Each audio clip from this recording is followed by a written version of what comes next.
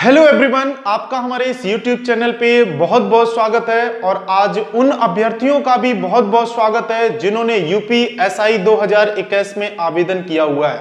UPSI का जो exam है वो 12 नवंबर से स्टार्ट होके दिसंबर तक चलेगा। अब इस एग्जाम को करने के लिए अभ्यर्थियों को एक रणनीति चाहिए, यानी कोई भी एग्जाम अगर आप देने जाते हैं तो आपको एक रणनीति चाहिए। आपको पता होना चाहिए कि क्या सिलेबस है, क्या क्वालिफाइंग है, कितना हमें किस में करना है और कितना हमें किस टॉपिक से करना है। तो चलिए सबसे पहले हम चर्चा कर लेते हैं सिलेबस की कि क्या सिलेबस है और अगर हमें क्वालिफाइंग करना है तो हमें किस स्ट्रेटजी के तहत कार्य करना पड़ेगा। तो सबसे पहले सिलेबस को समझते हैं क्योंकि सारी चीजें सिलेबस से ही क्लियर होती हैं। तो सबसे पहले देखते हैं कि इसका सिलेबस क्या है। 4 चीजें इसमें आती हैं। सबसे पहले आता है general Hindi, basic law, mental ability यानी अर्थमेटिक, मेंटल एप्टीट्यूड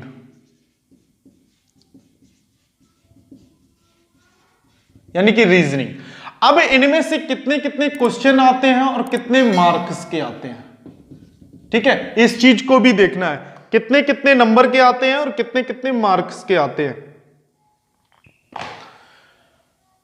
तो ये जनरल हिंदी के 40 क्वेश्चन आते हैं, 40 इसके भी आते हैं, 40 सभी में से आते हैं। और टोटल जो क्वेश्चन है वो 160 क्वेश्चन आते हैं और सभी टॉपिक में 100 नंबर के, यानी कि टोटल मार्क्स 400 का है। अब हिंदी में 40 क्वेश्चन आते हैं 100 नंबर के, इसी प्रकार से 40 सभी में आते हैं। अब यूपीएसआई ने एक कंडीशन लगा रखी है कि आपको हर टॉपिक में, यानी कि जितने भी सब्जेक्ट दिए गए हैं उन सारे सब्जेक्ट क्वेश्चन में आपको 35% मार्क्स चाहिए। यानी कि अगर आपको क्वालिफाई होना है तो आपको 35% मार्क्स सभी सब्जेक्ट में चाहिए। यानी कि अगर आप जनरल हिंदी के 40 क्वेश्चन अटेम्प्ट करते हैं तो उनमें आपको 35% मार्क, यानी कि 35 नंबर क्वालिफाई के चाहिए। तभी आप, चाहे इसमें आप 80% नंबर ले आओ और इसमें आप 30% हिंदी में रह जाते हैं या किसी में एक में 35% अगर आपके नंबर कम रह जाते हैं तो आप डिस्क्वालीफाई हो जाएंगे यूपीएसआई के एग्जाम में। तो आपको यह ध्यान देना है कि मेरा कोई भी टॉपिक छूटना नहीं चाहिए। सबसे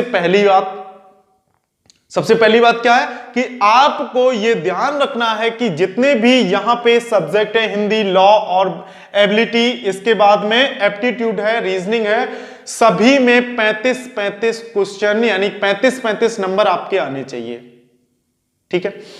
अब यह तो हो गया कि आपको 35% आप क्वालिफाई करेंगे, लेकिन एक कंडीशन और भी लगा रखी है कि आप प्रत्येक सब्जेक्ट में 35% नंबर लाएंगे, लेकिन ओवरऑल आपको 50% अगर आपके नंबर नहीं आते हैं तो हम आपको डिस्क्वालीफाई कर देंगे।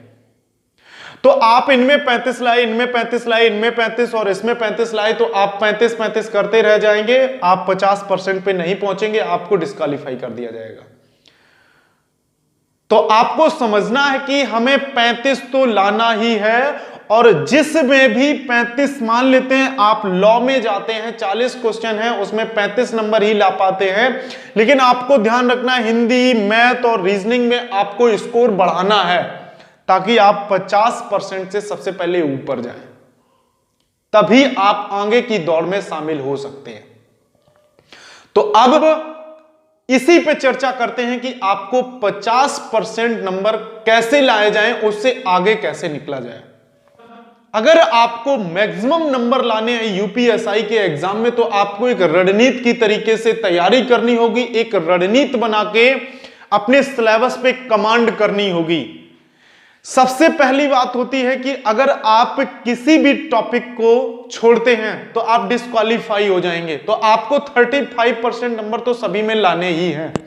अब क्या करना है कि जनरली आपको कम से कम 4 में से 3 ऐसे सब्जेक्ट होने चाहिए जिसपे आपकी कमांड बहुत अच्छी होनी चाहिए। देखिए, क्योंकि वही आपके 50% एवरेज को ऊपर ले जाएगा। अब यहां पे बात कर लेते हैं इन 4 टॉपिकों में। अगर आपने यूपीएसआई की तैयारी की है तो उसमें 2 सब्जेक्ट हम यहां देख पा रहे हैं, एक आपका हिंदी और एक रीजनिंग। ऐसे टॉपिक हैं जो फिक्स हैं, आपको उसमें कुछ भी घुमा फिरा के नहीं पूछा जाएगा, क्योंकि हिंदी फिक्स है, आप शुरुआत से हिंदी पढ़ते चले आ रहे हैं। तो अगर आप हिंदी में अच्छी तैयारी करते हैं और एक कमांड करते हैं और इसमें से अगर आप 35 क्वेश्चन कंप्लीट कर लेते हैं, ठीक है, हमने 5 क्वेश्चन अभी भी छोड़ दिए क्योंकि ये एक मजबूत सब्जेक्ट है जिसमें सभी कैंडिडेट हो सकता है 40 में से 40 नंबर लाए, 39 लाए, 35 लाए, उससे नीचे लाने वाली की तैयारी कहीं डमाडोल की स्थिति में है, यानी कि वो उसने तैयारी विशेष रूप से नहीं की है। अब एक ये रहा रीजनिंग का। रीजनिंग में क्वेश्चन आते हैं, कितने क्वेश्चन आ रहे हैं यहां पे? 40 क्वेश्चन आ रहे हैं। अब इसी में आपको फिर से खींचना है, आपको इसमें लाने हैं 38। ये आपको विशेष रूप से काम करना है, क्योंकि अगर आप इन 2 हिंदी और जो रीजनिंग है उस पे पूर्तियां कमांड करेंगे तो आप देखेंगे कि 40 में से 38 और 40 में से 35, 5 की छूट देने के बावजूद आप कितने नंबर यहां से प्राप्त करते हैं? 35 और 38। अब चलिए मेंटल एबिलिटी पे आ जाते हैं। मेंटल एबिलिटी यानी कि मैथ पे। तो मैथ एक ऐसा सब्जेक्ट है जो कि आर्ट साइड और साइंस साइड को डिवाइड करता है, यानी कि जो स्टूडेंट साइंस साइड में वो भी मैथ का है तो उसके लिए 40 में से 40 आएंगे, और अगर बायो का स्टूडेंट है तो उसका ग्राफ कम हो जाएगा। आर्ट के भी स्टूडेंट का ग्राफ थोड़ा बहुत कम जरूर हो जाता है, चाहे वो बायो का हो या फिर आर्ट का हो। लेकिन मैथ वाला क्या होता है कि वो शुरुआत से ही उसकी तैयारी करता है, शुरुआत से ही सब्जेक्ट में उसके रहता है, तो उसको यहां पे एक प्लस पॉइंट मिल जाता है अपने नंबर बढ़ाने के लिए। अगर आप मैथ से हैं तो आपको यहां पे कमांड करनी है और 40 में से 40 क्वेश्चन करने होंगे। देखिए आप कितने क्वेश्चन करेंगे? 40। अगर आप थोड़ा बहुत कम भी कर पाते हैं, कुछ क्वेश्चन ऐसे आ गए जो कि बहुत कठिन है, तो आप यहां पे 5 नंबर लेस कर भी लेते हैं तो आप 35 नंबर इसमें निश्चित तौर पे लाएंगे, क्योंकि मैथ ही ऐसा सब्जेक्ट है जहां 40 में से 40 दावा ठोक के किए जा सकते हैं। अब बचा है हमारे पास एक बेसिक लॉ। अब बेसिक लॉ में पढ़ने की चीजें हैं, अगर आपने विशेष रूप से पढ़ा होगा, जीके का जैसे पोर्शन है इसी में बेसिक लॉ और जनरल नॉलेज भी आएगी आपकी, ठीक है। Basic law, general knowledge, constitution, यानी सारी चीजें पूछी जाती हैं, तो ये आपके लिए एक बड़ा पैटर्न हो गया। तो इस प्रकार में अगर हम 50% का भी दायरा लेते हैं और कितने क्वेश्चन आपको देते हैं? 20 क्वेश्चन, यानी कि 20 क्वेश्चन आपके अगर सही होते हैं तो आप जोड़ लीजिए कितने आपके होंगे। चलिए यहां 40 की जगह हम 35 ले लेते हैं, 5 क्वेश्चन फिर भी लेस करके, तो 8 10 18 की 8 हासिल 1 3 3 6 9 3 चौको 12। कितने क्वेश्चन आपके सही होंगे? 128 क्वेश्चन आपके सही होंगे। किसमें? 160 में। और इसका आप परसेंटेज निकाल लीजिए।